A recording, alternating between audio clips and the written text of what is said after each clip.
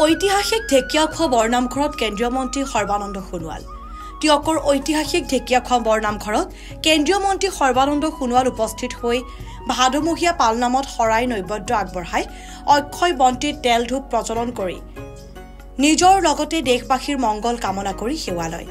সেৱাৰ পাছতে বৰনামঘৰত দুপৰীয়াৰ আহাৰ গ্ৰহণ কৰে মন্ত্ৰীগৰাকীয়ে। আহাৰ গ্ৰহণ কৰি প্ৰতিখন আঞ্জা অতি সুস্বাদ্য হৈছে বুলি অভিহিত কৰি এই বৰপ্ৰসাদ যোগাৰ কৰা প্ৰতিগৰাকী ভকত বৈষ্ণৱৰ লগতে বৰনামঘৰৰ পৰিচালনা সমিতিৰ ধন্যবাদ জ্ঞাপন কৰে।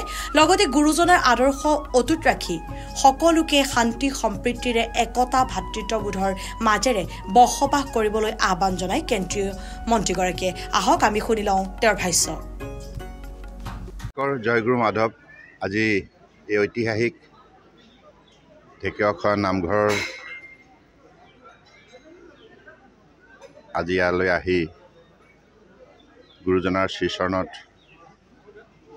মই মূৰ দোৱালোঁ আৰু গুৰুজনাৰ আশীৰ্বাদ বিচাৰিলোঁ যাতে আগন্তুক দিনত অসমৰ ৰাইজৰ সমগ্ৰ ভাৰতবৰ্ষৰ ৰাইজৰ মংগল হয়, সকলোৱে মিলা প্ৰীতিৰে থাকে। গুৰুজনাৰ আদৰ্শৰে যেন সকলোৱে মানৱীয় দৃষ্টিভংগীৰে এজনে আনজনক আঁকোৱালি লৈ এখন শক্তিশালী সবল মানৱ সমাজ প্ৰতিষ্ঠা কৰাৰ ক্ষেত্ৰত আত্মনিয়োগ কৰে।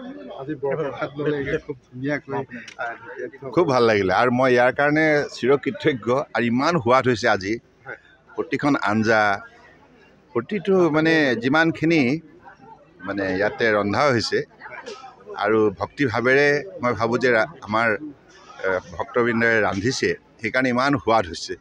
মই বৰ তৃপ্তিৰে খালোঁ। মই ইয়াৰ কাৰণে